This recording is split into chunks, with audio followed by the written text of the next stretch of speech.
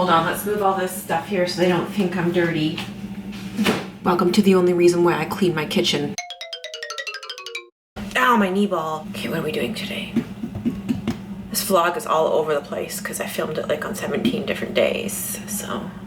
New thought. I'd say about 8 years ago, I was given this gift and I never used it until now. I froze 2 ripe bananas, strawberries, and I even froze some chocolate chips. Who reads the instructions? Cat's on the counter. I'm wondering if it needs to be cleaned because it's been in that box for 8 years. Okay, I think you just stick this thing in. Oh, Jesus Christ! It works. Okay, now where do I put? I bet you. Oh, I get it. How the hell is that 1 banana and 2 strawberries? Yeah, I'll just shove more shit in. Oh, I see the chocolate chip. Can you see it? Oh, ooh. The shit is Yonanas. Yonanas. Here's my honest feedback on the Yonanas. So if you want to do it well, always have large, firm bananas. That's what she said.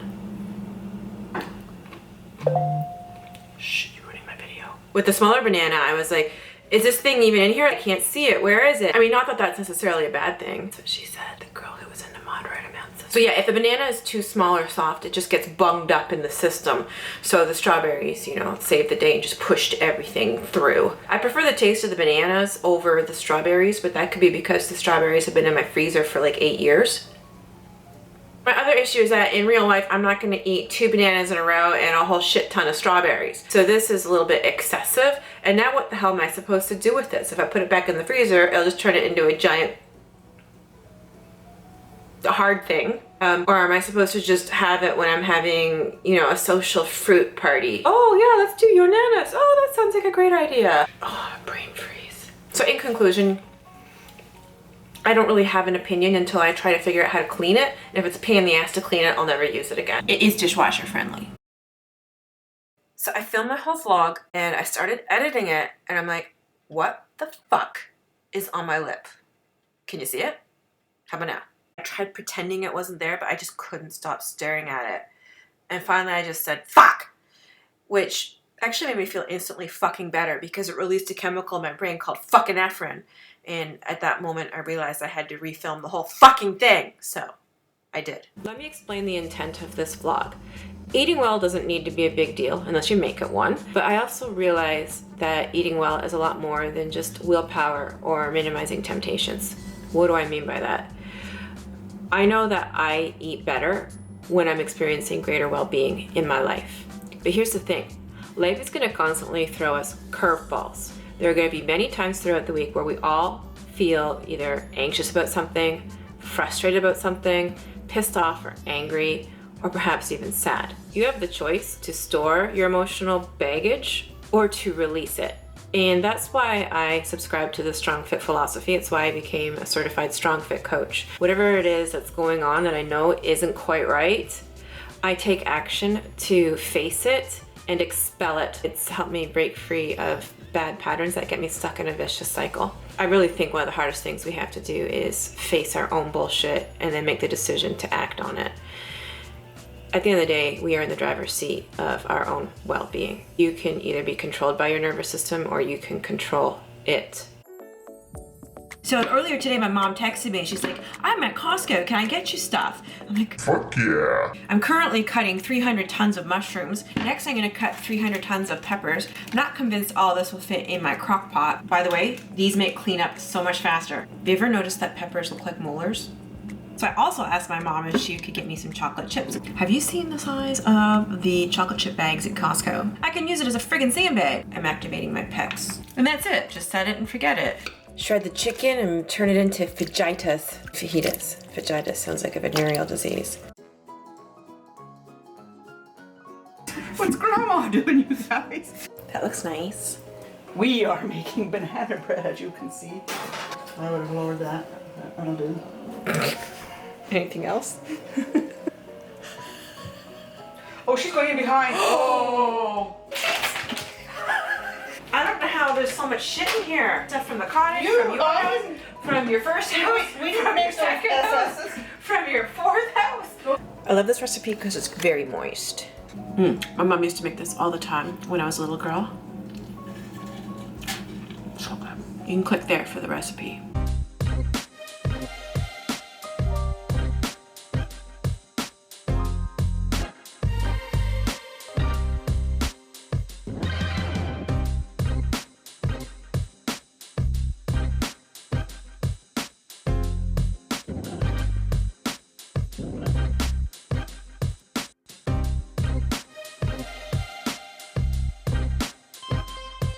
I know it's fresh out of the oven, but I'm just gonna cut one right now. The bars, not what you, geez, I don't do that. Ow, ooh, it just burned off my fingerprints. I mean, yeah, it's as thin as a bat's ear, but, You can click the card for the recipe, definitely make this one. What's cooking? This is Bret Johnson's turkey chili recipe. He sent me this from his 131 method. Now he makes it with sweet potatoes, but I didn't have any, so I substituted with kidney beans. Every day I got a chance to make some new moves. If you really feel the vibe, gotta get in the groove. But yo, it ain't nothing to it, but to get Perfect, now I have food for the next 4 days. Now it's time for the training part of the vlog. So in StrongFit, Julian, my mentor, refers to something as the S pyramid, where you first need to build the structure of the muscle. So can you actually get your muscle to fire, or is it in a coma? Next step in the pyramid is improving your stability. So addressing imbalances in muscles between the right and left side. And then once you've got all of that in check, now you can build a taller pyramid and start to specialize. Now it's time for the training part of the vlog. And this is exciting because I'm now at a point 2 years into StrongFit where I'm starting to specialize, like circus stuff, pole fitness, gymnastics. And I mean, that's the whole point. I mean, there's a lot more to life than just working out. You need to be able to apply it to something, right? But what's also really cool about specializing is that it's made me aware of some residual issues. They can cause symptoms and they can prevent you from making progress. So this vlog is going to highlight what those residual issues are and what I'm doing to overcome them, because perhaps maybe you're going through something like this as well. Handstands. This is a specialty skill. It demands the ability to engage your pecs and teres majors in an extreme end range overhead position, which took me a good 2 years to be able to do. I'm still not as good on the left compared to the right side, so there's still an imbalance there. But I have enough mobility that I can do handstands, handstand pirouettes, handstand walks, strict freestanding handstand push-ups, which is hella hard, by the way. But what's interesting is that I can't do press handstands unless it's against a wall. So Houston, we have a problem here, and that's what we're working on. Here I am with my coach, Gus. He's also a StrongFit certified coach, and we're working on overhead yoke holds. Isometrics are a great way to build structure, and that's what I need for a press handstand. The yoke is 200 pounds, and I'm 133 pounds, and yes, I play a lot.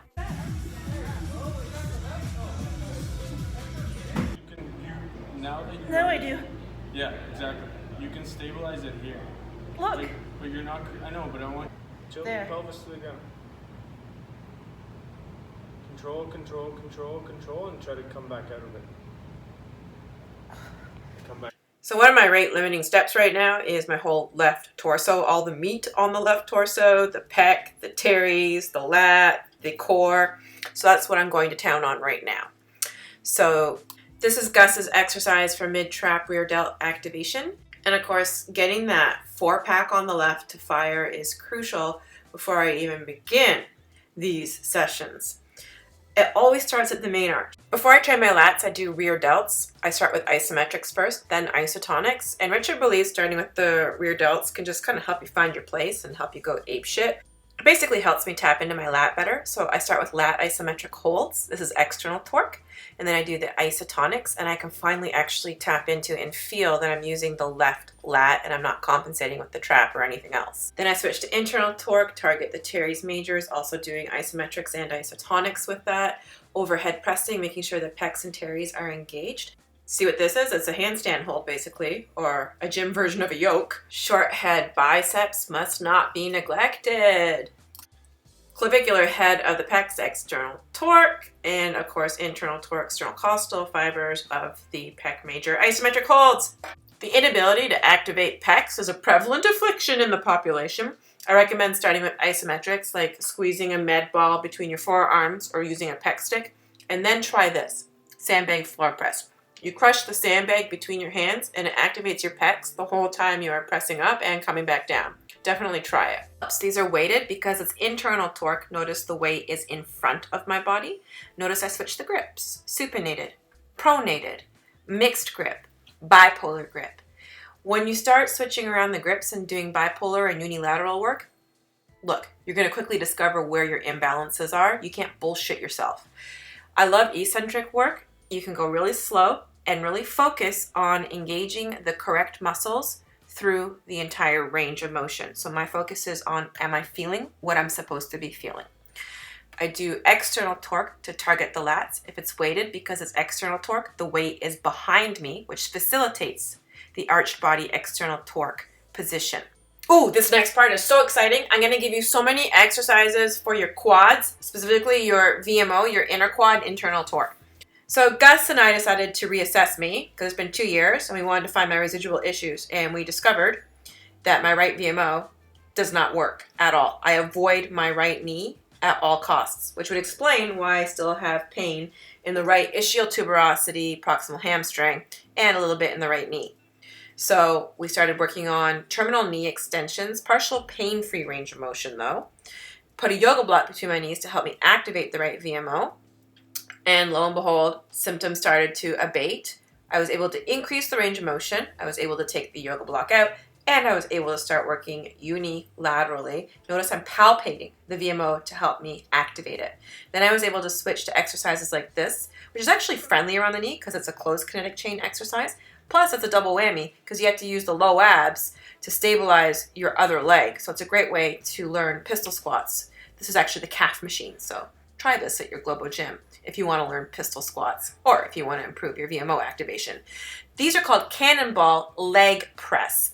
So notice the foot placement is at the bottom of the platform, heels are off, because this is targeting more the quads. You could put a yoga block between the knees as well to help facilitate VMO activation. If you don't have access to the leg press, you could do narrow stance barbell squats. You could also put the yoga block between the knees for the same reason. This is a sissy squat bench, which helps you target your quads. I would suggest either palpating the VMO or putting the yoga block between the knees, or doing the bipolar version so you can really target the weaker VMO and palpate it. This is called the deficit sissy squat, which looks hellacious, but it was really my favorite one because it created the least symptoms for me. Now, it's closed kinetic chain, which explains why. And notice I put the yoga block between my knees to help me ensure the VMO would be activated. I'm also concentrating on having tension in the VMO through the entire range of motion, so you never see me slack at the bottom there. Okay, pay attention now because this is really interesting. Now that the right VMO fires, I'm able to deadlift without any back pain. Because I wasn't using the right VMO, I would compensate with my left mid-back and it would kill my back. What's even more interesting is that I have not deadlifted in 8 months because it would cause back pain. First time I deadlift in 8 months, I'm doing 225 pounds for reps. I think that that's a testament to the power of building a massive S pyramid. And I always say you don't necessarily become proficient at the thing by doing the thing. Here's the proof. Moving along to my last residual issue, the left core. So I balance on the foam roller to force me to use my transverse abs. And you can see here I'm actually using the low abs to flex at the hip, not the hip flexor. Copenhagen planks, these are no joke. I'm sorry, I'm the one who started the Copenhagen plank trend on Instagram.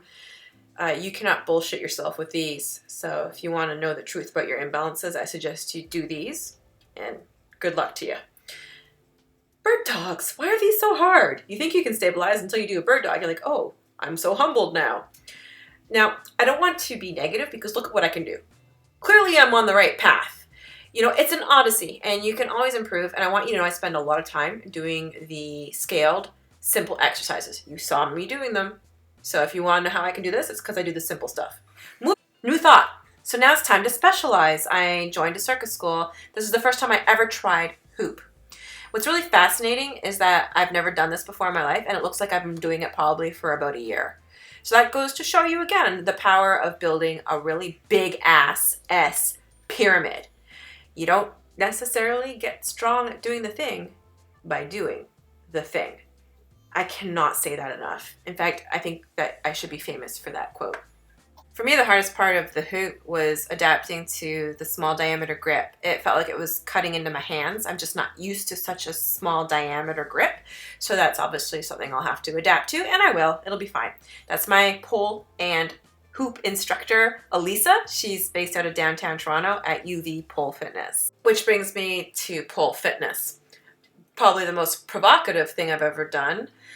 It's only because of the stigma that's attached to it. I think a lot of that has to do with the fact that you don't wear a lot of clothing because you need to stick to the pole, but people don't realize that. By the way, that's called the iguana when you put your hand down. This is the most difficult sport I have ever attempted in my life. You have to be hella strong to dangle from a vertical pole. It's totally different than a horizontal bar, because with a horizontal bar, at least gravity assists your grip. You have to be able to dance. You have to be strong at end ranges, so you have to be mobile. There's a huge performance factor as well, so obviously that's why I love it, because I'm histrionic.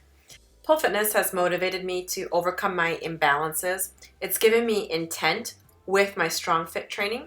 My confidence levels are through the roof. I feel very comfortable with my role as a woman. I wanted to share with you the progress of my Strength Academy and Splits members. I'm really proud of these women because they stay the course. They understand that this is not about instant gratification. They understand this is about having profound intent so that they can be able to consistently follow a logical approach that actually gets them where they want to go. I think the problem with the fitness industry, at least it pisses me off, is just the way marketing is done. Let's teach you the splits in 12 weeks, guaranteed. Let's get you doing handstands in a 7-day program. Just to play devil's advocate, that could work if you are perfectly balanced, that your structure is top notch and you have no imbalances, then yes, I think that could be feasible.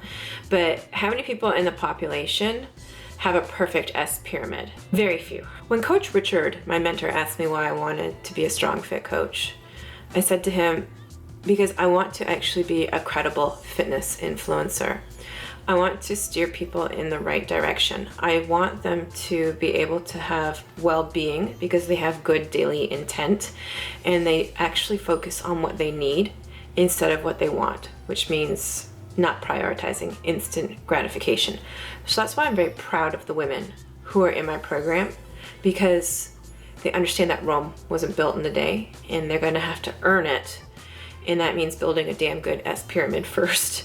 And also it means learning how to manipulate your nervous system so that you can experience greater well-being, so that you'll be able to find the daily intent to build a better S pyramid.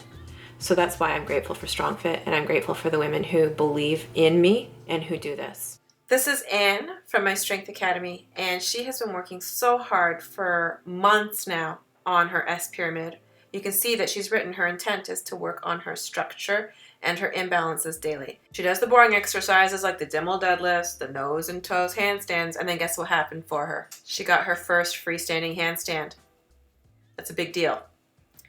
This is Jackie from Australia. She also does pole fitness, and her splits, look at that. And this is Eileen, and her intent right now is overcoming back pain. So we've been doing a lot of lumbo-pelvic stabilization exercises. In fact, I'm a huge fan of Pilates, and I have my girls doing a lot of Pilates style core work, so it's paying off.